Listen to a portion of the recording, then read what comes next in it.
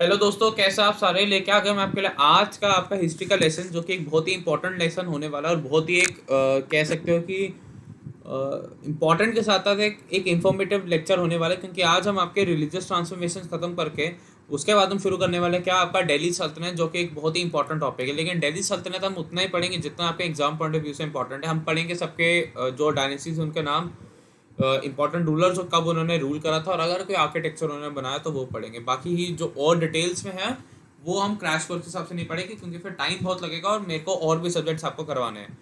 तो शुरू करने से पहले मैं कहूँगा इसे लाइक कर दें, शेयर कर दें, सब्सक्राइब कर दें, और बच्चे का शेयर करो यार, क्योंकि ऐसी हिस्ट्री शायद ही कोई आपको पढ़ाएगा एटलीस्ट फॉर डिफेंस एग्जाम। तो शेयर विद एवरी वन, हर किसी का शेयर करो, हर किसी को बताओ कि हाँ हिस्ट्री हाँ चल रही है, इतनी अच्छी चल रही है। ओके, शुरू करते हैं। ये आपका history for India crash course जिससे लेके आता मैं प्रण दत्ता। आपकी ज्योग्राफी ऑलरेडी हो चुका है, पॉलिटी भी हो चुके हैं, तो उसको आपको पढ़ने की जरूरत अब नहीं है, क्योंकि ज्योग्राफी एंड पॉलिटी हो चुके हैं, बस आपको रिवाइज करने की जरूरत है। अगला डिफेंस फैब्रिक का हमारा बैच आ रहा है। ये कंप्लीट बैच फॉर इंडिया जो 4 मई से आपका स्टार्ट हो रहा है। आपको कोड यूज़ करना है वाईफाई डिफेंस, और कोड यूज़ करने के बाद आपको क्या करना है, 2 चीज़ें करनी है आपको। एक तो जो स्क्रीनशॉट है, जब आप पेमेंट कर देंगे, अगर आप पेमेंट करते हैं तो वो पेमेंट आपको, उस पेमेंट का स्क्रीनशॉट मेरे को भेजना, और जब आप कोड लगाएंगे, जब आपको डिस्काउंट मिल जाएगा कोड के, तो उसका स्क्रीनशॉट मेरे को भेजना है, ताकि मैं उसको आगे टीम को भेज दूँ और ये पता चल सके कि हाँ क्या आपने हमारा कोड ही लगाया है, जिससे हमारी टीम आपको जो हमारे ग्रुप्स बनेंगे उनमें ऑटोमेटिकली ऐड कर देगी, ताकि हम आपको पर्सनलाइज अटेंशन और मेंटरिंग दे सके। और अन्यथा इसमें ये भी होगा, ये नहीं है, बच्चों का बहुत भ्रम में डाउट है कि सर जो हम फीस दे रहे हैं, ठीक है, 1 साल की या 2 साल की या 6 महीने की, उसमें क्या सिर्फ आपको कोर्स होगा? नहीं, हम चारों का कोर्स उसमें चलेगा, प्लस जो अन्य अन अकेडमी पे एनडीए के लिए कोर्स है, जब से अन अकेडमी शुरू है वो कोर्सेज। दूसरी चीज़, जितने आपकी सब्सक्रिप्शन का टाइम पे नए नए कोर्सेज आते हैं उन्हें भी ले सकते हैं। और तीसरी चीज़, मैंने जैसे अभी एक आपका करंट अफेयर का कोर्स खत्म करा था, आप उसको भी देख सकते हैं। रवि सर आपको फिजिक्स और केमिस्ट्री ऐसे पढ़ाएंगे कि वाह क्या बात कहने। विकास सर आपको मैथ्स बहुत बेहतरीन पढ़ाने वाले हैं। सुनील सर आपको इंग्लिश एकदम बखूबी से पढ़ाने वाले हैं, बहुत खूब तरीके से। और मैं आपको पढ़ाने वाला हूँ क्या, आपकी जीके प्लस बायोलॉजी और करंट अफेयर का मेरा ऑलरेडी वहाँ पे कोर्स है। तो किस बात की देरी है, आइए। लाइव टेस्ट चैनल को प्लीज सब्सक्राइब करें। मैं यहाँ पे 6:30 PM पे एवरीडे आपके लिए एक लाइव टेस्ट लेके आता हूँ, मंडे टू थर्सडे, उसे सब्सक्राइब करो। दूसरी सी बात, डिफेंस एग्जाम के भी आप सब्सक्राइब करें। हमारे 42,000 सब्सक्राइबर्स हो जाएंगे जब तक आप ये वीडियो देखेंगे, तो आई वो 40,000 हो जल्दी से 50,000 करवाइए, ताकि और बच्चे से जुड़े, उन्हें पता लगे कि हाँ इंडिया में अगर कहीं पे भी बेस्ट डिफेंस की एजुकेशन मिल रही है तो वो इसी चैनल पे है। तो देखिए, ये है आपके लिए एक सरप्राइज। रविवार 3 मई सुबह 11 बजे एसएससी की तैयारी अब धांसू तरीके से। कौन है ये, कि मतलब कौन आने वाला है, कौन आने वाला है जो आपकी एसएससी की चिंगारी, एसएससी की आग को और भड़का देगा? कौन है वो? बोलो बोलो, कौन है वो, बताइए। तो इंतज़ार करिए, 11 बजे हमारे साथ जुड़ना ना भूलिए। मैं बहुत बेसब्र हूँ कि आप बेसब्र हैं जानने के लिए कि एसएससी की तैयारी अब आप धांसू तरीके से किस साथ करेंगे। शायद आप समझ ही गए होंगे कौन है, ठीक है, धांसू धांसू तरीके से आप समझ ही गए होंगे। वाईफाई सिटी पे आना ना भूलिए, लाइव आना ना भूलना, 11 बजे सुबह 3 मई को, ठीक है। मिलते हैं आपसे 3 मई को 11 बजे, ठीक है भाई साहब। मैं क्या बताऊँ मैं ओके। बुद्धिज़्म हम कर चुके हैं, हमने बुद्धिज़्म पूरा ख़त्म कर लिया था, ठीक है। हमने पूरा अच्छे से बुद्धिस्ट काउंसिल से इंपॉर्टेंट सब कुछ कर लिया था। और यस, बुद्धिज़्म, फिर हमने जैनिज़्म भी पूरा कर लिया आपका। जैनिज़्म भी अच्छा, हमने जैन धर्म भी पूरा कर लिया। उसके बाद फिर हमने आपका आज इस्लाम ख़त्म कर लिया, इस्लाम हमने पूरी अच्छे से करा, ठीक है। आज हम जो पढ़ने वाले हैं वो क्या है, आपका सिक्किज़्म। आज हम पढ़ने वाले हैं आपका सिक्किज़्म। सिक्किज़्म में जो पढ़ने वाली चीज़ है वो इम्पोर्टेंट वही है कि आपके जो सिख गुरुज हैं, वो सिख गुरु जो इम्पोर्टेंट वही आपके पढ़ने वाले हैं।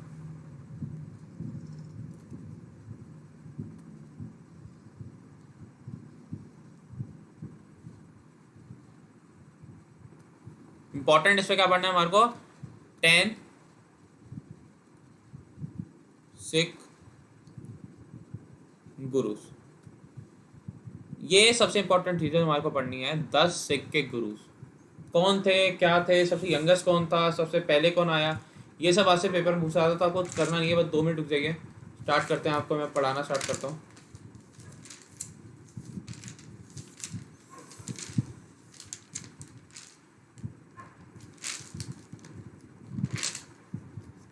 Just 2 minute guys.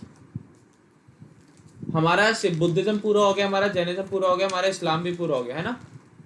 तो अब जो हमारा बचा वो बस हमारा सिखिज्म मत है। उसके बाद फिर आज हम आपका दिल्ली सल्तनत शुरू करने वाले हैं। दिल्ली सल्तनत तो मैं क्या बताऊं, मेरे को बड़ा मज़ा आता है पढ़ाने में, क्योंकि ये एक टॉपिक है जैसे हर साल क्वेश्चन आते हैं तो हमें बड़ा अच्छा लगता है कि चलो एक टॉपिक पढ़ा है जैसे क्वेश्चन ज़रूर ज़रूर आ रहे हैं।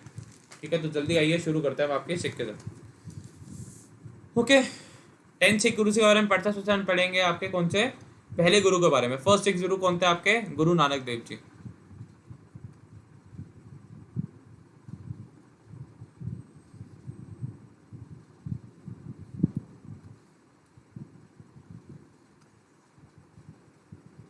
गुरु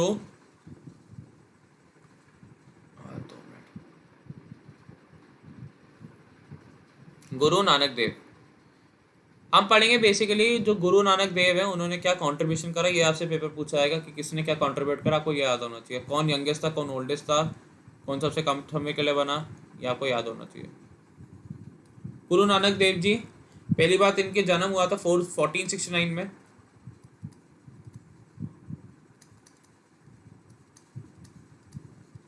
1469 में इनका जन्म हुआ था आपका तलवाड़ी पंजाब में।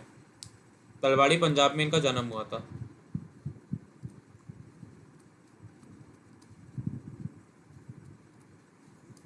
ओके, ये कंटेम्प्रेरी थे आपके इब्राहिम लोदी और आपके बाबर के। ये कंटेम्प्रेरी थे आपके इब्राहिम लोदी और आपके बाबर के। और तलवाड़ी पंजाब आज के टाइम पे आपको नानकन साहिब है जो कि आपका पाकिस्तान में है।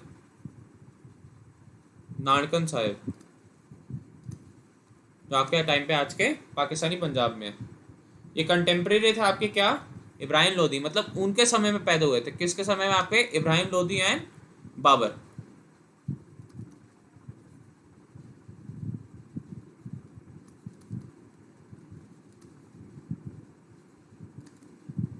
इब्राहिम लोदी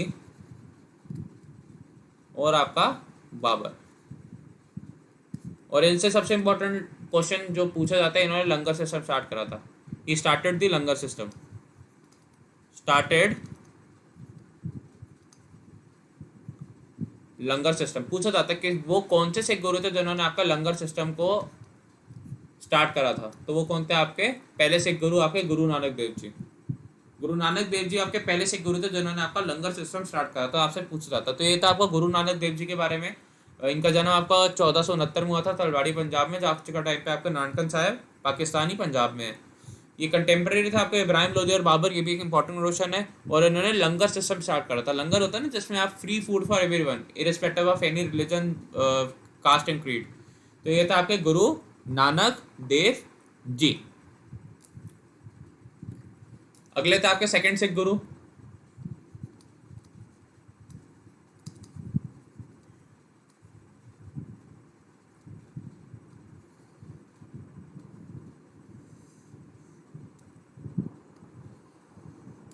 सेकंड सिख गुरु थे आपके गुरु अंगद देव।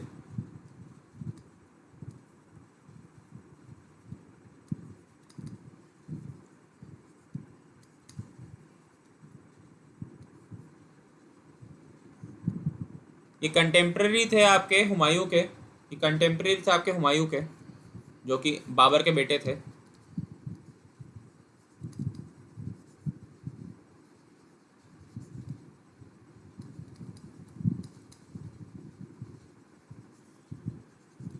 Contemporary to Humayun. दूसरी चीज, इन्होंने गुरुमुखी स्क्रिप्ट को दुनिया को दिया। इन्होंने गुरुमुखी स्क्रिप्ट होती है ना आपकी पंजाबी की, वो दिया उन्हें। दुनिया को गुरुमुखी स्क्रिप्ट से वाकिफ करवाया। और दूसरी चीज, इन्होंने रेगुलेशन ऑफ लंगर कि लंगर के रूल्स एंड रेगुलेशन क्या होंगे इन्होंने बताया।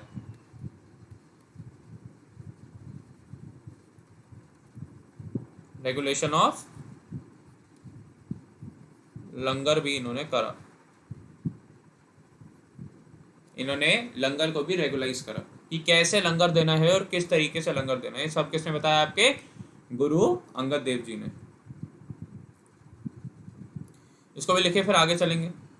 ओके, आपके पहले सिख गुरु और आपके सेकंड गुरु भी हो गए। आगे चलेंगे, अब आपको पढ़ेंगे हम आपके थर्ड सिख गुरु।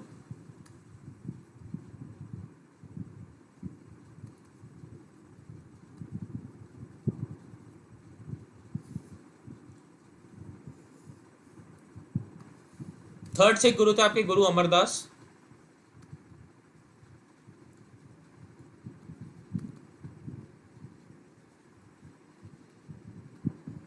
गुरु अमरदास आपके थर्ड सिख गुरु थे और एक कंटेम्प्रेरी थे आपके अकबर के, उनके दोस्त भी थे। पहले मुगल्स और सिख्स में बहुत ज़्यादा दोस्ती थी, फिर कुछ ऐसे वाकयात हुए जिसके कारण दुश्मनी हो गई। जब मुगल्स पढ़ेंगे तब समझेंगे। कंटेम्प्रेरी टू अकबर, ये अकबर के कंटेम्प्रेरी थे, इनके बारे में सिर्फ इतना ही जानना जरूरी है। थर्ड सिख गुरु कौन थे आपके? गुरु रामदास, गुरु अमरदास, सॉरी गुरु अमरदास, हाँ मैंने अमर ही लिखा। अगले थे आपके फोर्थ सिख गुरु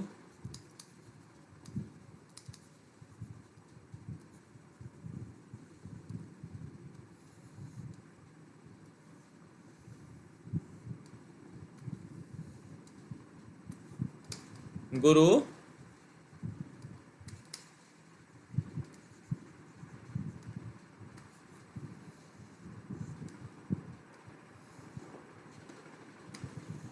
गुरु रामदास।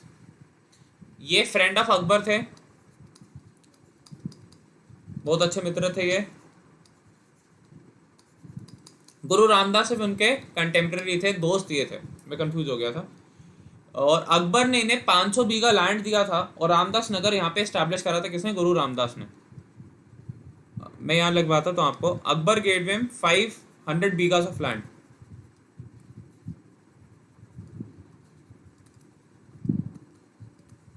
500।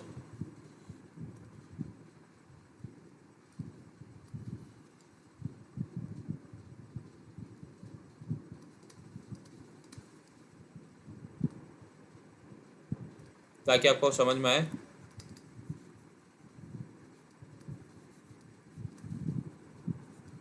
और इसी लैंड पे आपका on the same piece of land आपका यहाँ लिखता हूँ मैं, रामदास नगर एस्टैब्लिश, जो आज के टाइम पे क्या है आपका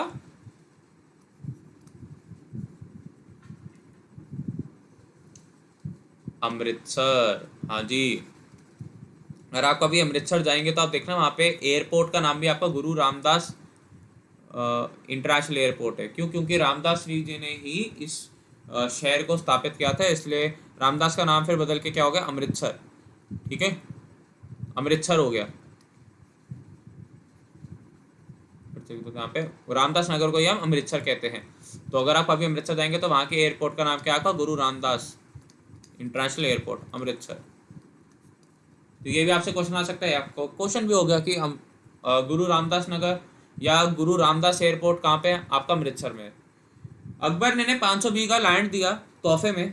ठीक है, तोहफे में 500 बीघा लैंड दिया, 500 बीघा ऑफ लैंड दिया, जिसपे इन्होंने रामदास नगर स्टैब्लिश करा आपके गुरु रामदास जी ने, और उसे आज हम अमृतसर के नाम से जानते हैं। और अमृतसर पे ही एक गुरु रामदास इंटरनेशनल एयरपोर्ट है। और ये क्वेश्चन भी आ सकता है आपसे। ठीक है, तो आपके फोर्थ सिख गुरु भी हो गए। ऐसे हम आते हैं किस पे? आपके फिफ्थ सिख गुरु पे।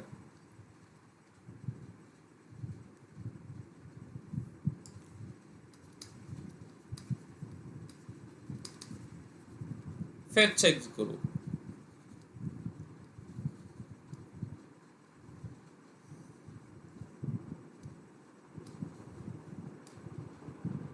फिफ्थ सिख गुरु कौन थे आपके? गुरु अर्जुन देव। इनकी उपलब्धियां बहुत थी, इसलिए इनको ध्यान से समझेंगे। गुरु अर्जुन देव, गुरु अर्जुन देव। पहली बात, इन्होंने 1489 में आपके गोल्डन टेम्पल की स्थापना की।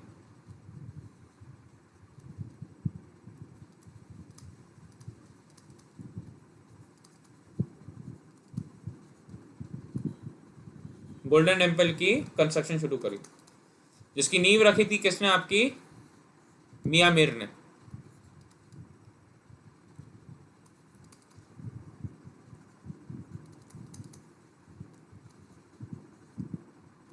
मियां साहब। जब हम मुगल्स पढ़ेंगे तो आपको और अच्छे से समझाऊंगा। फाउंडेशन बाय मियां साहब,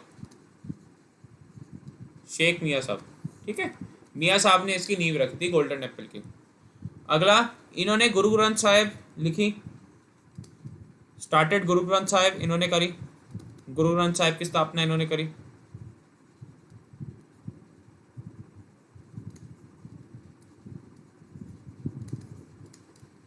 अगला, ये जहांगीर के कंटेम्प्रेरी थे। ये जहांगीर के कंटेम्प्रेरी थे, ये भी लिख लीजिए आप।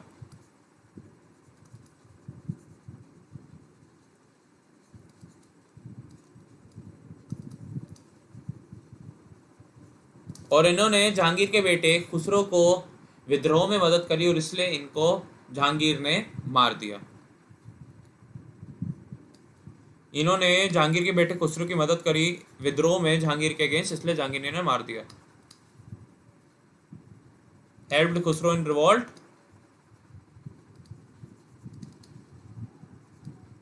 And therefore killed by whom? Killed by whom? By Jahangir. Jahangir के द्वारा इन्हें मार दिया गया। जहांगीर के द्वारा इन्हें मार दिया गया। फिर से गुरु कौन था आपके? गुरु अर्जुन देव। गुरु अर्जुन देव इन्होंने फाउंडेशन स्टोन करा था आपका 1489 में गोल्डन टेम्पल का कंस्ट्रक्शन स्टार्ट करके, जिसकी फाउंडेशन स्टोन रखी गई थी आपकी मियाँ साहब ने। इन्होंने गुरु ग्रंथ साहिब शुरू करी, ये कंटेम्प्रेरी थे आपके जहांगीर के, और इन्होंने खुसरो की मदद करी विद्रोह में, और इसलिए जहांगीर के द्वारा इन्हें मार दिया गया। और वहीं से सिक्स और मुगल्स की दोस्ती में दरार आ गई और दुश्मनी बदल गई। आपको पता है हम जो सरदारों को मजाक उड़ा देते हैं, हाँ टाइम हमारे पास बताता हूँ, और जब हम सिक्स में मजाक उड़ाते हैं, अरे 12 बज गए चलो सरदार पागल होगा। मैं आपको एक स्टोरी बताता हूँ, ये सच सुनी भी आपने लेकिन पता होनी चाहिए। मुगल जब ना कैप्चर कर रहे थे हर जगह, बहुत मतलब क्रूड शासन कर रहे थे, तो उनको सिर्फ एक ही लोगों से डर लगता था, वो थे आपके सिख। क्योंकि कहावत है एक सिख आपके 1.25 लाख के बराबर है। एक सिख आपका 1.25 लाख के बराबर है, ये कहावत कहा जाती है। तो वो बड़ा डरते थे इस कहावत से भी। और वैसे भी सिख जो वॉरियर्स होता है आपको पता ही है, अगर आपने आई थिंक कौन सी है बैटल ऑफ सारा की केसरी अगर आपने देखा आपको पता होगा कितने जवाब होते हैं। तो very they are always been famous as warriors six. तो जब वो किसी जगह को अटैक करते थे ना, तो सिक्स को मदद करने के लिए बुलाया जाता था कि प्लीज आप करिए। तो जब सिक्स आते थे तो उस टाइम रात के 12 ही बज रहे होते थे, क्योंकि वो रात के अंधेरे में ही आते थे ताकि सरप्राइजिंगली अटैक कर दें। तो वो जो गार्ड होते कहते थे अरे सिक्स आगे, सिक्स आगे, अरे 12 बज के 12 बजे सिक्स आगे, सिक्स आगे। तो सिक्स अपना काम वाम करके चले जाते थे, मार वार देते थे और रेस्क्यू कर लेते थे। तो धीरे चलते चलते जब भी सिक्स आने लगे, उन्होंने कोड लैंग्वेज में ला ली कि 12 बज गए सरदार पागल हो गया, 12 बज गए हैं सरदार पागल हो गया। तो उन्होंने ये आपकी कोड बना लिया ऐसा। वो तब से चला आ रहा है। हम ऐसी हंसी मजाक में बोल देते हैं, हम ऐसी हंसी मजाक में बोल देते हैं, लेकिन इसके पीछे का आपको वो पता है रीज़न। तो बी प्राउड कि we have such amazing stories to tell you, such amazing facts to tell you. आपको प्राउड होना चाहिए कि आप ऐसे देश में पैदा हुए हो जहाँ पे जहाँ देखो वहाँ एक नई कहानी है। ठीक है, तो हारमोनी हमेशा मेंटेन करो। हमारी देश की टैग लाइन है यूनिटी एंड डाइवर्सिटी। हम जितने अलग हैं उतने एकजुट हैं, हम जितने अलग हैं उतने ही हम एकजुट हैं। जितने अलग हमारे रंग वैसा ही एक हमारा भेष, और भेष का हमारा भारतीय होने का। तो ये कहानियां जो मैं आपको सुनाते रहता हूँ ताकि आपके में मोटिवेशन आए। ठीक है, ताकि आप सिर्फ पढ़ाई पढ़ाई करके किसी का कोई भला नहीं हुआ। पढ़ाई के साथ अगर आप कुछ और भी सीखेंगे तो तभी आपका भला होगा। राइट, चलिए आगे बढ़ते हैं। सिक्स्थ एक गुरु था आपके, गुरु हरगोविंद।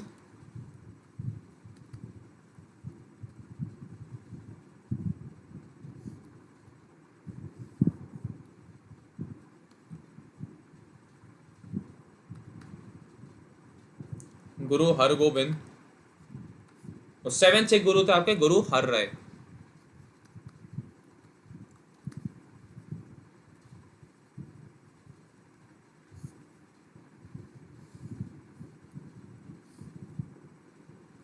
गुरु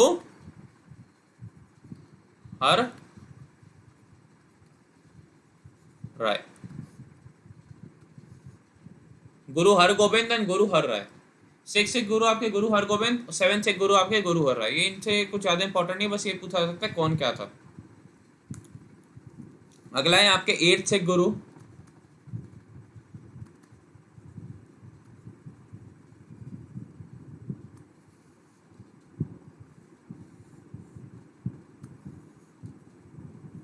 ओके, एथ सिख गुरु थे आपके गुरु हरकृष्ण।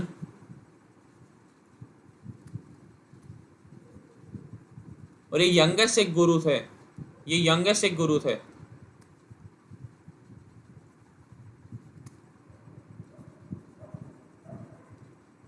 ये मात्र 8 साल की आयु में सिख गुरु बन गए थे।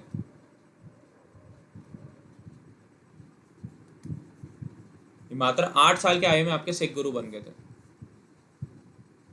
मात्र 8 साल की आयु में, जो कि अपने आप में सोचने में चलो ये है कि 8 साल में हमारे को होश नहीं होता। ये तब एक पूरे कौम को संभाल रहे थे, पूरे धर्म को संभाल रहे थे।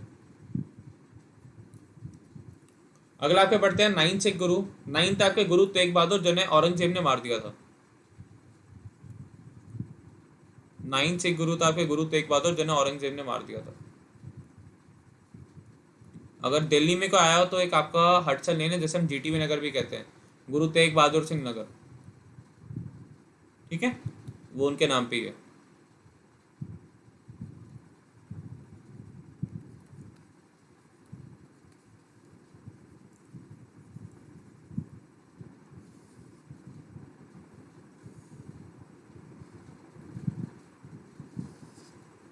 इन्हें किल्ड बाय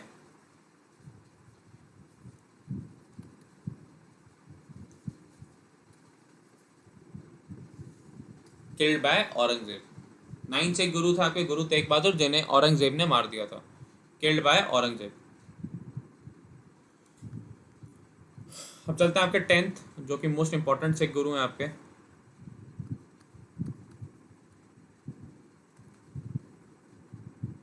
टेंथ सिख गुरु,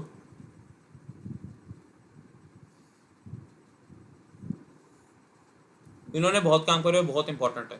इनका जन्म आपका सबसे पहले बात है पटना में हुआ था। इनका नाम था आपका गुरु गोविंद सिंह, और इन्हें हम सच्चा पातशाह भी कहते हैं, सच्चा पातशाह। ये कौन थे आपके गुरु गोविंद सिंह। इनके ऊपर 2 स्लाइड लगेंगी मेरे ख्याल से, हाँ इनके ऊपर लग ही सकते हैं, क्योंकि होने का तो दिखता नहीं है आपको, है ना। तो चले कोई नहीं, 2 स्लाइड पे कर लेंगे। ये पैदा हुए थे पटना में, बॉर्न इन पटना। साल इंपॉर्टेंट नहीं है तो। ये पटना में पैदा हुए थे। इन्होंने खालसा पंथ फाउंड करा आपका आनंदपुर पंजाब में। खालसा पंथ एक तरह की आपकी आर्मी थी, एक तरीके की आपकी आर्मी थी खालसा पंथ। फाउंडेड खालसा पंथ इन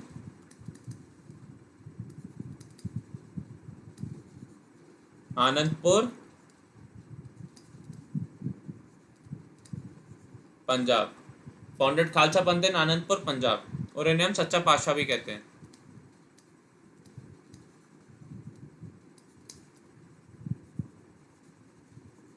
और इन्हें हम सच्चा पातशाह भी कहते हैं।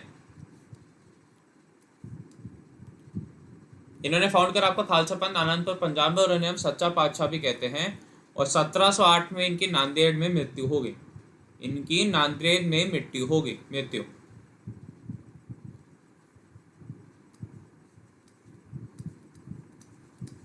(1708) डाइड इन नांदेड़। नांदेड़ आपके महाराष्ट्र में एक जगह है, नांदेड़ आपके एक महाराष्ट्र में जगह है। इतना लिख लीजिए। पूछा जा सकता है कि सच्चा बादशाह कौन सा सिख गुरु को कहते हैं, तो आपके कौन से गुरु गोविंद सिंह। इसके बाद एक बहुत इंपॉर्टेंट चीज़ है, कंटिन्यू है वहीं से, मैं लेफ्ट से लगा देता हूँ, स्टार लगा देता हूँ।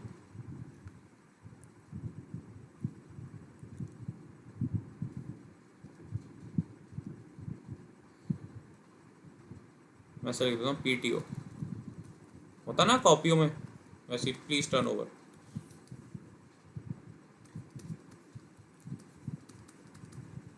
फिनिश दी गुरु सिस्टम, मतलब इन्होंने कहा मेरे बाद कोई गुरु नहीं होगा, क्योंकि अब मेरे को लग रहा है कि हमारे को गुरु की नहीं है, हमारे को अब एक गाइडेंस की जरूरत है। और वो गाइडेंस कौन देगी आपको? आदि ग्रंथ।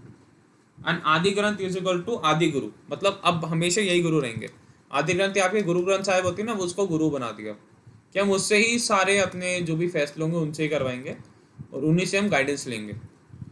आदि ग्रंथ का क्या बना दिया? गुरु बना दिया। आदि ग्रंथ को गुरु बना दिया, ठीक है। और इन्होंने खालसा पंथ जो था, अब वो बड़ा सिंह बहादुर, जिन्हें हम लक्ष्मण देव भी जानते थे, वो अब सच्चा पातशाह कहलाने लग गए। जो आपका खालसा पंथ था उसे हेड कौन करा था? आपका बंदा बहादुर। खालसा पंथ नाउ हेडेड बाय बंदा सिंह बहादुर, जिनका असली नाम क्या था? आपका लक्ष्मण देव, जिनका असली नाम था आपका लक्ष्मण देव। और बंदा सिंह बहादुर को आपको सच्चा पातशाह भी कहते थे, सच्चा बादशाह, सच्चा पातशाह ओनू कहते थे इन्हें हम, सच्चा पातशाह ओनू कहते सी, वो सॉरी, सच्चा पातशाह इन्हें इन्हें इन्हें कहते थे सच्चा पादशाह, पादशाह, और इन्हें हम सच्चा बादशाह कहते थे, इन्हें हम सच्चा बादशाह कहते थे।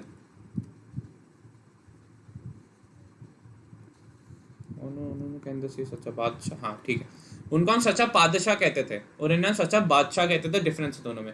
और उनको 1776 में फर्रुख शेर ने मरवा दिया था, जो फर्रुख शेर आपके एक मुगल बादशाह थे। किल्ड इन 1776 बाय फर्रुख शेर। 1776 में इन्हें फर्रुख शेर ने मरवा दिया। ओके, बस ये आपकी टोटल कितने 10 सिक्स गुरुज और सिखिज्म कैसे कैसे डेवलप हुई, किस केस में क्या क्या करा, ये आपसे पूछा जाएगा, ठीक है। और बस हमारे को ये पढ़ना था आज, और इसके बाद फिर हम अपनी दिल्ली सल्तनत शुरू कर सकते हैं इसके बाद, ठीक है। सिखिज्म थी, फर्स्ट सिख गुरु थे आपके, कौन से थे? गुरु नानक देव जी। इन्होंने लंगर सिस्टम शुरुआत करी। पहली बात आपके सिख में आपके 10 सिख गुरु थे। ये पैदा हुए थे आपके 1469 में तलवाड़ी पंजाब में, जो आपके टाइम पे आपका नानकन साहिब है। और ये कंटेम्प्रेरी थे आपके इब्राहिम लोधी और आपके बाबर के। फिर आते हैं आपके सेकंड सिख गुरु, गुरु अंगद देव, जो आपके थे आपके कंटेम्प्रेरी हुमायूं के। इन्होंने आपकी गुरुमुखी स्क्रिप्ट लिखी थी और आपके रेगुलेशन ऑफ लंगर करा था। और लंगर कैसे स्टार्ट करा था आपका? गुरु नानक देव जी ने, आपके पहले सिख गुरु थे। फिर आपका थर्ड सिख गुरु, ये कंटेम्प्रेरी थे अकबर के, बस इनके बारे में इतना ही था, और इनका नाम था आपका गुरु अमरदास। फोर्थ सिख गुरु था आपके गुरु रामदास, ये आपके अकबर के दोस्त थे। अकबर ने इन्हें 500 बीघा लैंड दिया था और इन्होंने उस पर रामदास नगर बनाया, और रामदास नगर को आज के टाइम पे हम अमृतसर जानते हैं, और अमृतसर में आपका एक एयरपोर्ट है, गुरु रामदास जी एयरपोर्ट। फिफ्थ सिख गुरु था आपके गुरु अर्जुन देव, गुरु अर्जुन देव जो कि आपके जहांगीर के कंटेम्प्रेरी थे। इन्होंने 1489 में आपके गोल्डन टेम्पल की कंस्ट्रक्शन स्टार्ट करी, और जिसके फाउंडेशन आपके मियाँ साहब ने रखी थी। इन्होंने गुरु ग्रंथ साहिब लिखनी शुरू करी, जिसमें आगे चल के हम आदि ग्रंथ या सिख गुरु बने वो। और इन्होंने खुसरो को मदद करी थी विद्रोह में, और उसी कारणवश इन्हें मार दिया गया था जहांगीर के द्वारा। सिख गुरु था आपके गुरु हरगोबिंद, तो 7th सिख गुरु था आपके गुरु हर राय। और 8th सिख गुरु था आपके गुरु हरकृष्ण, जो कि यंगेस्ट गुरु थे 8 साल की आयु पे। 9th सिख गुरु था आपके गुरु तेग बहादुर, जिन्हें औरंगजेब ने मार दिया था। और 10th सिख गुरु था आपके गुरु गोविंद सिंह, जिनका जन्म आपका पटना में हुआ था, और उन्होंने खालसा पंथ की स्थापना करी थी आपके आनंदपुर पंजाब में, और इन्हें सच्चा पातशाह भी कहते थे। 1708 में इनकी मृत्यु हो गई थी, कहाँ पे? आपकी नांदेड़ में। इन्होंने गुरु सिस्टम को खत्म करा था, आदि ग्रंथ अब हमारा गुरु कहलाएगा। खालसा पंथ अब हेड कर रहे थे कौन? आपके बंदा सिंह बहादुर, जिनका असली नाम था आपका लक्ष्मण देव, जिन्हें हम सच्चा बादशाह भी कहते थे, जिनको 1776 में फर्रुख शेर के द्वारा मार दिया गया, तो जो कि आपके एक मुगल बादशाह थे। यही हमारा सिखिज्म खत्म होता है, सिखिज्म यहाँ पे खत्म होता है। और जो हमारी एक मेजर टॉपिक है आपका रिलीजियस मूवमेंट, जो हमने बुद्धिज्म से स्टार्ट करा, बुद्धिज्म से करते करते हम आपके जैनिज्म पे आए, जैनिज्म से करते करते फिर हम आपके इस्लाम पे आए, इस्लाम से करते करते फिर हम आपके किस पे आए? आपके सिखिज्म पे। तो अब रिलीजियस मूवमेंट तो हम पढ़ चुके हैं, अब देखते हैं कि कितना आपका बचा है। स्लाइड्स तो हैं काफ़ी, हो जाएगा हमारा काम, ठीक है। 200-300 स्लाइड्स में आपका पूरा ख़त्म हो जाएगा। मैं बहुत कम बोल रहा हूँ, लेकिन फिर भी 200-300 स्लाइड्स में आपका ख़त्म हो जाएगा। इतना तो पता है, बाहर जाओगे तो मेन कोर्स में भी नहीं करवाते जितना मैंने आपको ये क्रैश कोर्स के नाम पे मैं आपको करवा रहा हूँ, क्योंकि भाई मैं आपको पास कराना चाहता हूँ, मैं आपसे बिजनेस नहीं कमाना चाहता, हमारे को कुछ फ़ायदा नहीं है। इसलिए आपको बोल रहा हूँ, अगर आप और अच्छे से पढ़ना चाहते हो, आप चाहते हो कि मेरे एक अटेम्प्ट पे पेपर निकले ना, तो अनअकैडमी पर हमारे को ज्वाइन करो, क्योंकि मैं आपको बता रहा हूँ वो बहुत फ़ायदे की चीज़ है, बहुत फ़ायदे की चीज़ है। 12 रुपये पर डे के हिसाब से आप इंडिया के टॉप एजुकेटर से पढ़ सकते हो 1 साल के लिए, या 20 रुपये पर डे दे रहे हो तो तब भी 1 साल के लिए पढ़ सकते हो। 12 रुपये में तो आप 2 साल के लिए पढ़ सकते हो। तो यार इतना अपने पे आप खर्च कर सकते हो, अपने अगर आपको फ्यूचर सिक्योर करना आप इतने पे खर्च कर सकते हो, है ना। सोच लो, सोचो कि क्या होगा अगर नहीं हो पाया किसी कारणवश। हम तो आपको गारंटी दे रहे हैं ना वहाँ के, क्या हाँ आपका रिटर्न 100% क्लियर होगा, और मैं आपको एसएसबी की गाइडेंस तो दे रहा हूँ, तो सोचो थोड़ा सा उसके बारे में, वरना हम तो भाई यूट्यूब पे भी जान फूक ही रहे हैं, लेकिन वहाँ जान फूकनी नहीं पड़ती, वहाँ बच्चे ना अपने आप जान फूकवाते हैं, बहुत डिफरेंस होता है। या हमें आप लोगों की जान फूकवानी पड़ती है, आपसे काम निकलवाना पड़ता है, वहाँ बच्चे नहीं ऐसे हैं, वहाँ बच्चे काम निकलवाते हैं हमसे कि सर ये पढ़ाओ, सर ये पढ़ाए बिना जाओगे नहीं आज, ऐसे ऐसे कहते हैं कि सर ये पढ़ाओ, टॉपिक्स खुद बताते हैं कि सर कल हमारे को ये पढ़ना है और यही पढ़ाओगे। मेरा अन अकेडमी का ग्रुप काश मैं आपको दिखा सकता हूँ, उसमें बच्चे खुद टॉपिक सजेस्ट करते हैं कि सर अब ये दो। जैसे जो करंट अफेयर की क्लासेस चल रही हैं, आप लोग तो देखिए आज भी आप 4 बजे आ सकते हैं, चलिए जब तक लेक्चर आएगा। मैं वैसे हर दिन और नॉर्मली 4 बजे लेक्चर लेता हूँ आपका करंट अफेयर का अन अकेडमी की फ्री क्लास में। वहाँ पे बच्चे खुद बताते हैं मेरे को कि सर आज ये पढ़ना टॉपिक, यही पढ़ाओगे आप, क्योंकि उन्हें पढ़ने का मन है ना, उनमें जज्बा है करने का। भाई एक तो मैं आपको पहले ही बता चुका हूँ, जब आप पैसे दे देते हो ना तब आपके माइंड में ये रहता है, जब तक आप यूट्यूब पे पढ़ रहे रहते हैं सर फ्री है, नहीं हुआ तो क्या होगा। जब पैसे देते हो ना ऐसा लगता है ना ना ना, अब तो मम्मी पापा की जान पे आ जाएगी बात, अगर कुछ हुआ ऐसे गलत गलत ऐसे पढ़ लो। इसलिए कह रहा हूँ इन्वेस्टमेंट करो ना तो एक आपके ऊपर एक पॉजिटिव स्ट्रेस आएगा। पॉजिटिव स्ट्रेस भी बहुत ज़रूरी होता है ज़िंदगी में, एक पॉजिटिव स्ट्रेस लेना भी बहुत ज़रूरी होता है, जो बहुत लोग लेते नहीं है। शायद मैंने इसमें नहीं लिया इसलिए मैं कमीशन ऑफिसर नहीं बना, लेकिन मैं आपको कह रहा हूँ पॉजिटिव स्ट्रेस लो अपनी ज़िंदगी में हमेशा, एक पॉजिटिव चीज़ आपको मोटिवेट करनी चाहिए, और इसे बनाओ कि हाँ हमने ये कोर्स खरीद लिया, अब तो पास होना ही है, क्योंकि पैसे लग गए हैं अब तो मेरे, मतलब पापा जान ले लेंगे, मम्मी जान ले लेंगे कि पैसे भी दे दे तभी पढ़ाएंगे, राइट। तो पॉजिटिव स्ट्रेस लो अपने पे। अगला चलते हैं आगे, शुरू करते हैं आपके दिल्ली सल्तनत।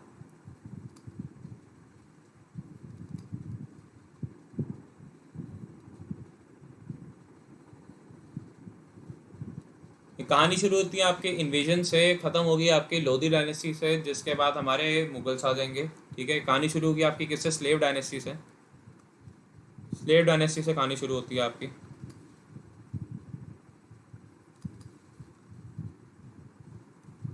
फिर आती है आपकी खिलजी डायनेस्टी।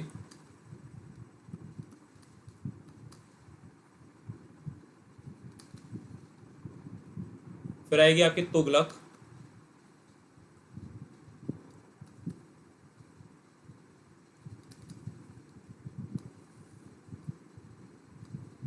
फिर आएगी आपकी सैयद।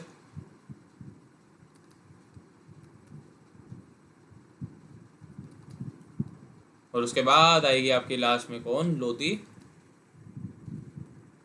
डायनेस्टी। इब्राहिम लोधी के तो कंटेम्प्रेरी कौन था आपके, पहले से गुरु, गुरु नानक देव जी। मैं फिर से लिख देता हूँ, आपके ठीक से दिख नहीं रहा होगा आपको।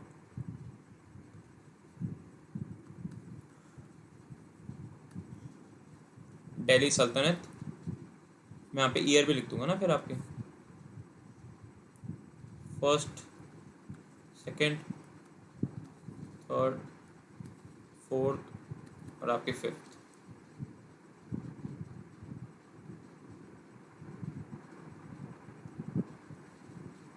ये आपकी स्लेव डायनेस्टी।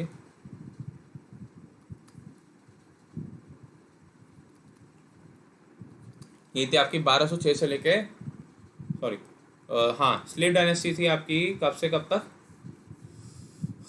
2 मिनट, डेट से एक के साथ लिखेंगे। उसके बाद आपकी थी स्लेव डायनेस्टी होगी, तो डेट्स आपको कंफ्यूजिंग हो जाएगी, तो एक ही साथ लिखाता हूँ।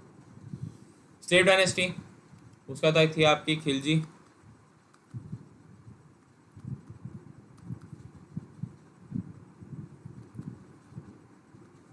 ये शॉर्टेस्ट डायनेस्टी थी आपकी, खिलजी डायनेस्टी आपकी शॉर्टेस्ट डायनेस्टी थी, सबसे कम टाइम के लिए इसने रूल करा। फिर आती है आपकी तुगलक। आप कैसे डेट से याद रखना आसान रहेगा अगर मैं एक के बाद एक लिखवा दूंगा, है ना, तो एक लिखवाऊंगा तो फिर मुश्किल रहेगा, एक ही साथ लिखवा दूंगा। फिर आपकी थी सैयद,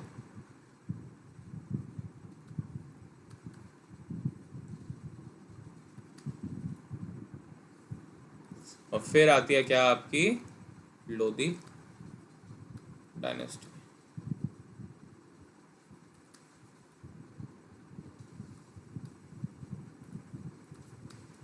लोधी डायनेस्टी, ओके। पूरा दिल्ली सल्तनत आपका 1206 से लेकर 1526 तक रहता है, 1206 से लेकर 1526 तक आपका पूरा लोधी डायनेस्टी रहता है, क्योंकि उसके बाद फिर हमारे कहा जाते हैं 1526 के बाद, उसके बाद आ जाते हैं हमारे पास मुगल्स। उसके बाद आ जाते हैं आपके मुगल्स।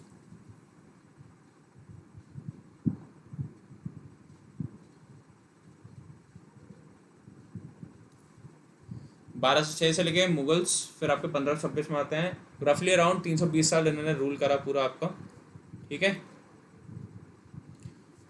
और ये दिल्ली सल्तनत ने हमारे आर्किटेक्चरल इनके इंपॉर्टेंट होता है। इनमें इंपॉर्टेंट क्या क्या है मैं आपको बताता हूँ। सबसे पहले तो इनके आर्किटेक्चर बहुत इंपॉर्टेंट है, ठीक है। वेरी इंपॉर्टेंट आर्किटेक्चरल वाइज की क्या आर्किटेक्चर इन्होंने डेवलप करा, ठीक है, क्या आर्किटेक्चर इन्होंने डेवलप करा वो बहुत इंपॉर्टेंट है। स्लेव डायनेस्टी थी आपकी 1206 से लेके 1290 तक। 84 साल इन्होंने रूल करा पूरा दिल्ली पे, पूरा दिल्ली सल्तनत इन्होंने बनाया। और दिल्ली सल्तनत से आपके आर्किटेक्चर पूछ सकते हैं कि ये किसने बनाया किसने नहीं बनाया। कुछ इंपॉर्टेंट रूलर्स है जिन्होंने कुछ काम करा, से पद्मावत के ऊपर एक पक्का क्वेश्चन आएगा। ठीक है, आमिर खुसरो ने नहीं लिखी थी, वो जब होगा तो मैं आपको बता दूंगा इससे लिखी थी। ये थे आपके 1290 से लेकर 320 तक, 1320 तक।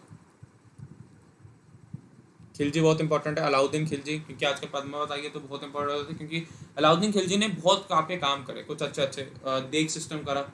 फिर एक स्केच बनाया हर किसी के, जैसे कि ऑथेंटिकेशन आपका आज हम करते हैं ना आजकल आपका फेस स्कैनर, तो कह सकते हो कि फेस स्कैनर का असली यूज़ किसने करा था, आपका अलाउद्दीन खिलजी ने। अलाउद्दीन खिलजी ने आपका फेस स्कैनर का असली यूज़ करा था। फिर आता है आपका तुगलक डायनेस्टी 1320 से लेकर 1414, ठीक है, 1414 तक आपकी तुगलक डायनेस्टी आती है, ओके।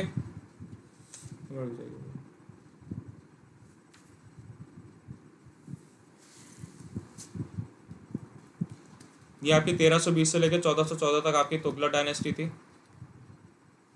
1320 से लेकर 1414 तक। फिर आपकी थी 1414 से लेके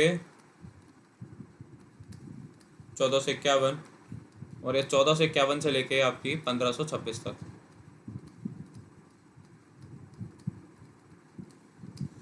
मेरे ख्याल से आपको दिख नहीं रहा, मैं इसको ठीक से लिखना पड़ेगा। ओहो, कोई नहीं, इंपॉर्टेंट टॉपिक इस पर अगर टाइम भी ले लेंगे तो कोई नहीं, कुछ नहीं जाता। वैसे भी कल आपका मैं पूरा जो नेक्स्ट लेक्चर है उस तक तो आपका दिल्ली सल्तनत पूरा ख़त्म करवा दूंगा, फिर हम मुगल्स भी 2-3 लेक्चर में ख़त्म कर देंगे। बिल्कुल चिंता मत करिए, बहुत ही अच्छे से हम करने वाले हैं इसको। हिस्ट्री तो मैं बहुत अच्छे से करवाने वाला हूँ आपको, आपके स्क्रैच से भी पढ़ रहा तो उसको भी समझ में आ जाएगी, ओके। 1206 से लेके 1290, 1290 से लेके 1320, 1320 से लेके 1414, 1414 से लेके 1451, और 1451 से लेके आपकी 1526 तक आपकी ये रहती है क्या, आपकी Lodi dynasty, okay. Slave dynasty very important, very very important. Qutbuddin Aibak इनके पहले वो थे, इनके टाइम पे आपका कुतुब मीनार बना था, ठीक है। और कुतुब मीनार लोगों को लगता है कि नहीं, मतलब कुतुबुद्दीन ऐबक के नाम पे नहीं, वो एक आपके शेख थे, शेख मतलब शेख नहीं, कहते हैं ना कि गुरु थे आपके एक तरीके से, ठीक है। तो कुतुबुद्दीन जी, उनका नाम पे आपका कुतुब मीनार बना। 1290 से लेकर 1320। सबसे इंपॉर्टेंट रूलर कौन था आपके इसमें से, अलाउद्दीन खिलजी। अलाउद्दीन खिलजी एक बहुत ही ज़रूरी रूलर हो जाते हैं।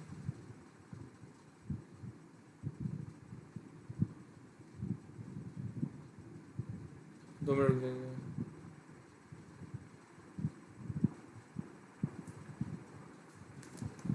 फिर आपके 1313 से लेकर 1414, इसमें फिरोज शाह तुगलक, मोहम्मद बिन तुगलक बहुत इंपॉर्टेंट है, तो कुछ रूल आपके सैयद डायनेस्टी। फिर आपकी लोधी डायनेस्टी, इब्राहिम लोधी, सिकंदर लोधी, ये सारे बहुत इंपॉर्टेंट हो जाते हैं। तो एक एक करके शुरू करते हैं। सबसे पहले आपकी स्लेव डायनेस्टी देखते हैं भाई कि स्लेव डायनेस्टी आई कहाँ से, और कुछ बाकी फैक्ट देखते हैं, ओके। शुरू करते हैं।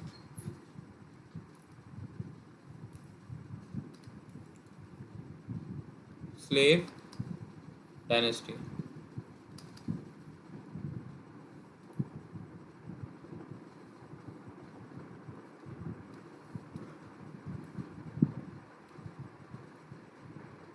बारह सौ छः से लेके 1290,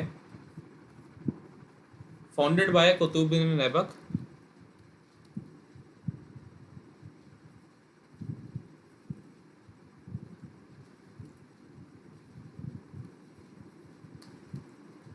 इससे पहले की हिस्ट्री में इसमें नहीं करवाऊंगा क्योंकि वो आपके एग्जाम पॉइंट ऑफ व्यू से ज़्यादा इंपॉर्टेंट नहीं। अगर पढ़ना चाहता तो अपनी कोई भी बुक उठा लीजिए, उसमें लिखा होगा। मैं आपको सिर्फ उतना करवा रहा हूँ जो आपके एग्जाम पॉइंट ऑफ व्यू से बहुत इंपॉर्टेंट होगा, जो आपके जिससे आपके क्वेश्चन आते हैं। कुतुब बिन ऐबक ये एक स्लेव थे आपके, ये एक आपके स्लेव थे जिन्हें ये कहा गया था कि तुम्हारे को हिंदुस्तान में फतह करनी और रूल इस्टेब्लिश करना है। ठीक है, आपके स्लेव थे बस एक, सिर्फ आपके स्लेव थे किसके? मोहम्मद गोरी के। ये आपके मोहम्मद गोरी के स्लेव थे। कुतुब बिन ऐबक मैं लिखवा दूंगा आपके, ये एक स्लेव थे। ये कभी भी थ्रोन पे नहीं बैठे और उन्होंने एक टाइटल लिया था आपका सिपा सलार। कभी भी थ्रोन पे नहीं बैठे। ठीक है, आपके थ्रोन पे नहीं बैठे। कुतुब बिन ऐबक मोहम्मद गोरी वो जिन्होंने पृथ्वीराज चौहान जी को हराया था। Was a slave of Mohammad Ghori. He was a slave of Mohammad Ghori. ये मोहम्मद गोरी के स्लेव थे। मोहम्मद गोरी आपको पता है ना, पृथ्वीराज चौहान से हारने वाले। ठीक है, बैटल ऑफ तरेन में हारने वाले। फिर अगर आपने पृथ्वीराज चौहान सीरियल भी देखा, पता होगा कि 40 कोस खड़ा कुछ ऐसे करके वो था जिनको मार दिया था। कुतुब बिन ऐबक के स्लेव थे मोहम्मद, मतलब कुतुब बिन ऐबक के स्लेव थे मोहम्मद गोरी के। और ये इनको बहुत कहा गया कि तुम एक बहुत ही काबिल आदमी हो, तुम बैठ सकते हो थ्रोन पे, लेकिन कभी बैठे नहीं। इन्होंने कहा मैं स्लेव हूँ, स्लेव ही रहूँगा। ठीक है, इन्होंने एस्टैब्लिश करी स्लेव डायनेस्टी। एस्टैब्लिश उन्होंने करी, लेकिन रियल एस्टैब्लिशर कौन है वो हम आगे पढ़ेंगे। इन्होंने एस्टैब्लिश करी slave dynasty, establish slave dynasty, but never sat on throne.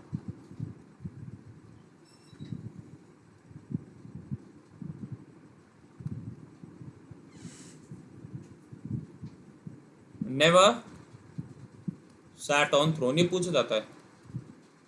Who was the only Delhi Sultanate ruler to never sit on the throne? वो कौन थे आपके? कुतुबुद्दीन ऐबक। कुतुबुद्दीन ऐबक ही थे जो कभी भी थ्रोन पे बैठे नहीं। आपसे क्वेश्चन पूछा था, very important guys, very very important. मैं यहाँ पे 3 स्टार लगा देता हूँ।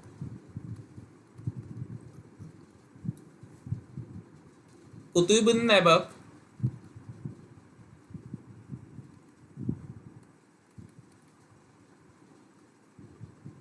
took the title of sipah Salaar, कि मैं एक सिपाही हूं जो सिर्फ सलाह देगा, सिपा सलार। He took the title of sipah salar. Qutb bin Aibak took the title of sipah salar. Okay, और इन्होंने रूल करा था आपका 1206 से लेके 1210 तक। इन्होंने रूल कब करा था आपका? 1206 से लेके आपका 1210 तक ही रूल करा था।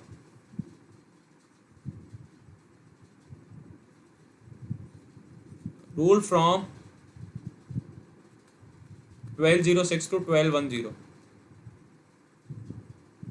ही ruled from 1206 to 1210। Sipah salar. Okay, he took the title of sipah salar. दूसरा, मेड लाहौर इस कैपिटल, इन्होंने लाहौर को अपनी राजधानी बनाई। और फिर लाहौर में इन्होंने 1 लाख रुपए जनता में बैठे, जिसके कारण इन्हें लाख बख्श का खिताब दिया गया। इन्हें लाख बख्श का खिताब दिया गया। और इसी डायनेस्टी का ममलूक डायनेस्टी भी बोलते हैं, क्योंकि एक ममलूक वंश के थे आपके कुतुब बिन ऐबक। इसे हम ममलूक डायनेस्टी भी बोलते हैं। स्लेव डायनेस्टी को हम ममलूक या इल्बारी डायनेस्टी भी बोलते हैं।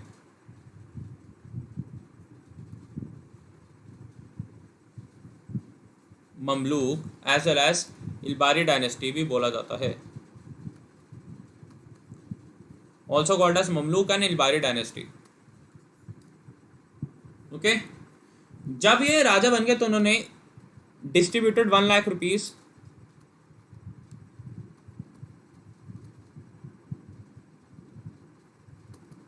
और इससे पब्लिक ने खुश होकर लाख बख्श का टाइटल दिया था।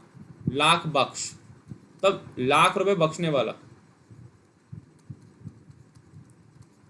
पूछ सकता है कि लाख बख्श का टाइटल किसको दिया गया था? आपके कुतुबुद्दीन ऐबक को, क्योंकि इन्होंने 1 लाख रुपए जनता को में बांटे थे लाहौर में।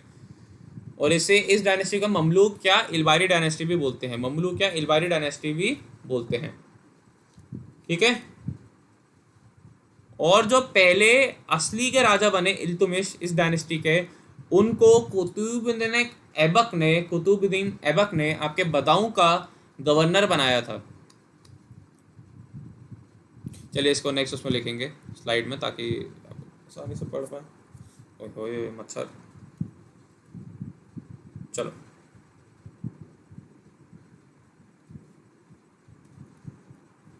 पेन चेंज करें, अब पेन चेंज करते हैं, क्या करें, कौन सा लें, ये ले लो। अच्छा मेड, इल्तुमिश भी इनके स्लेव थे, इल्तुमिश भी इनके स्लेव थे, एज गवर्नर ऑफ बदाऊं। और इल्तुमिश आगे चल के पहले इसके असली राजा बने इस डायनेस्टी के। इल्तुमिश को इन्होंने अपना बदाऊं का क्या बना लिया, गवर्नर बना लिया। ये मर जाते हैं हॉर्स से, घोड़े से अपना पोलो खेलते हैं, जैसे कि क्या कहते हैं हम उसके, चांगो भी कहते हैं, ठीक है, आपका चगान भी कहते हैं। और इनको लाहौर में ही बरी करा गया, इनको लाहौर में दफन करा गया, और इनका जो टोम्ब है वो भी लाहौर में ही है। In 1210 died while playing polo. Question आया हुआ है कि इनका died while playing polo, question आया हुआ है कि इनका टोम कहाँ पे है। Buried in Lahore and tomb in Lahore as well. Iltutmish को गवर्नर बनाया इन्होंने बदाऊं का 1210 में। ये पोलो खेलते हुए इनकी मृत्यु हो जाती है, इन्हें लाहौर में ही दफन करा गया, इनका टोम भी लाहौर में है, ये भी बहुत इंपॉर्टेंट है। तो पहले स्लेव डायनेस्टी जो थी उसके हमने पहले रूल के बारे में पढ़ा, कुतुबुद्दीन ऐबक। ये मोहम्मद गौरी के स्लेव थे, इन्होंने आपकी स्लेव डायनेस्टी एस्टैब्लिश करी, लेकिन ये कभी भी थ्रोन पे नहीं बैठे, सिंहासन पे नहीं बैठे। इन्होंने 1206 से लेकर 1210 तक रूल करा। ये फाउंडर थे आपके स्लेव डायनेस्टी के, लेकिन रियल फाउंडर थे आपके कौन, इल्तुमिश। इन्होंने टाइटल लिया आपका सिपह सलार का, लाहौर को अपनी कैपिटल बनाया और 1 लाख रुपए लोगों में बांटे, और इसी कारणवश लोगों ने इन्हें लाख बख्श का खिताब दिया। ममलूक या इलबारी डायनेस्टी भी इस डायनेस्टी को कहते हैं। ममलूक या इलबारी डायनेस्टी किसे हम कहते हैं, आपके स्लेव डायनेस्टी को, आपकी स्लेव डायनेस्टी। तो कंफ्यूज नहीं होना अगर कभी पूछे कि क्या कुतुबुद्दीन ऐबक आपके इलबारी या ममलूक डायनेस्टी से थे। जी बिल्कुल थे, क्योंकि इन्होंने इस्टेब्लिश करी थी। इन्होंने इल्तुमिश को, जो कि उनका स्लेव था, गवर्नर बनाया किसका, बदाऊं का। 1210 में ये पोलो खेलते हुए मर जाते हैं, जिसे हम चगान भी बोलते हैं। ये लाहौर में दफन करेगा, और इनका जो टोम्ब है वो भी आपका लाहौर में ही है। ओके।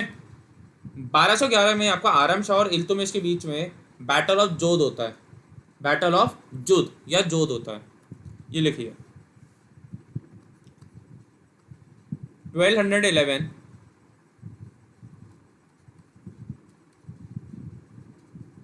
बैटल ऑफ जूद या जोध बिटवीन किसके बीच में, आपका आरम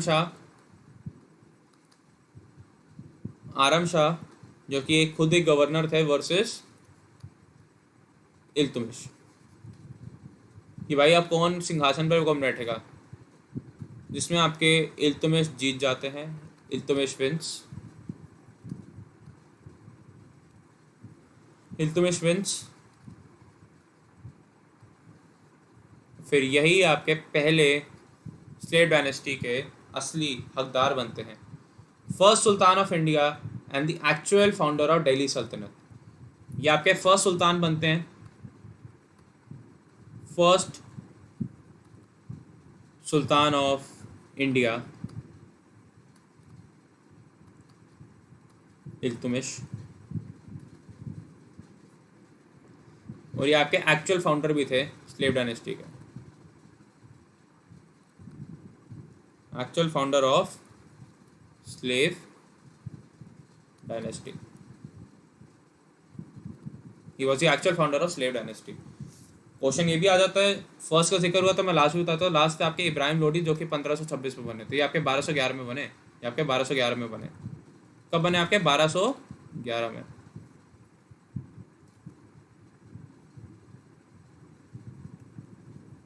पंद्रह सौ छब्बीस में लास्ट सुल्तान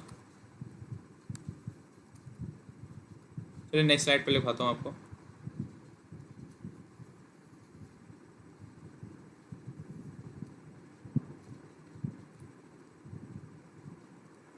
ये एक इम्पॉर्टेंट पॉइंट है।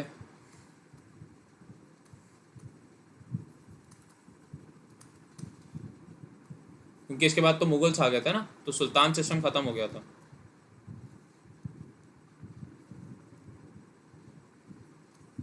इब्राहिम लोदी, जो कि आपके लोदी वंश से थे। अरे यार क्या हो रहा है,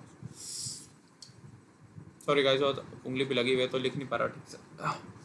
कोई नहीं। सोल्जर नेवर क्विट्स, ये आपके लोदी डायनेस्टी से थे। ये भी अक्सर क्वेश्चन पूछा जाता है। और ये आपके 1526 पे बने। उसके बाद से फिर आपके मुगल्स आ गए, बाबर आए, हुमायूं आए, अकबर आए, ये सब आ गए, है ना। तो आज के लेक्चर यहीं रोकते हैं। कल हम आपके पूरा दिल्ली सल्तनत में कोशिश करूँगा ख़त्म करवा दूँ सारा आपको, कोई कसर ना छोड़े इस पर दिल्ली सल्तनत में, ताकि आपकी पढ़ाई में कोई भी कमी ना आए। ओके, आज हमने पूरा सिक्किज़म कर लिया, दिल्ली सल्तनत शुरू कर दिया है, और कल आपका दिल्ली सल्तनत में पूरा ख़त्म करवा दूँगा, जिससे आपकी पढ़ाई में कोई भी रुकावट या खेद ना आए। ओके, तो आई आपको ये बहुत मज़ा आ रही होंगी इस लेक्चर्स में, हिस्ट्री में। ये फास्ट पेस पे चला रहा हूँ मैं थोड़ी, ताकि मैं आपको सिलेबस जल्दी खत्म करवा के आपको प्रीवियस ईयर क्वेश्चन की सीरीज़ भी करवाने लग जाऊँ। ओके, फिर से बोलूँगा, अगर आप चाहते हो कि आपका ए के बारे में निकले ना पेपर, तो देखिए यूट्यूब पे तो आप डिपेंड रह सकते हैं, यूट्यूब पे आप एक एक्स्ट्रा बोनस क्लास की तरह रखिए, लेकिन मैं कहूँगा आप अपनी रियल तैयारी आप अनअकैडमी पे आके करिए, जिससे आपको बहुत आसानी होगी आपको करने में। ओके, तो चलिए मिलते हैं गाइस कल। आशा है आप बिल्कुल ठीक रहेंगे, दुरुस्त रहेंगे, तंदुरुस्त रहेंगे। मिलते हैं कल। Okay, bye guys, take care, have a nice day, और पढ़ते रहिए अपना अच्छे से। And if you have any query regarding the Unacademy subscription, आप मेरे को कॉल तो मत करना, आप मेरे को व्हाट्सएप कर सकते हो 9555092179 पे, या 9-3-5-0-9-2-1-7-9 9555092179 पे आप मेरे को कॉल करके पूछ सकते हैं, तो सॉरी व्हाट्सएप करके पूछ सकते हैं। ओके, कोई भी अगर आपको डाउट होता तो मैं तो कहूँगा यार लो, क्योंकि वहाँ पे क्राउड अलग आता है। मैं 3 मेरे को दिन हो गए लेते हुए वहाँ पे, कल मेरी 4th क्लास है वहाँ पे, स्पेशल क्लास, तो वहाँ का क्राउड ही अलग है। वहाँ पे बच्चे ऐसे ऐसे क्वेश्चन पूछते हैं, आप टीचर एक टाइम को खुद हिल जाता है। ओके, चलिए गाइस, कल मिलते हैं, and God bless you all, take care. I hope आप सब खुश रहें, दुरुस्त रहें, तंदुरुस्त रहें। जय हिंद, वंदे मातरम, भारत माता की जय, बाय बाय।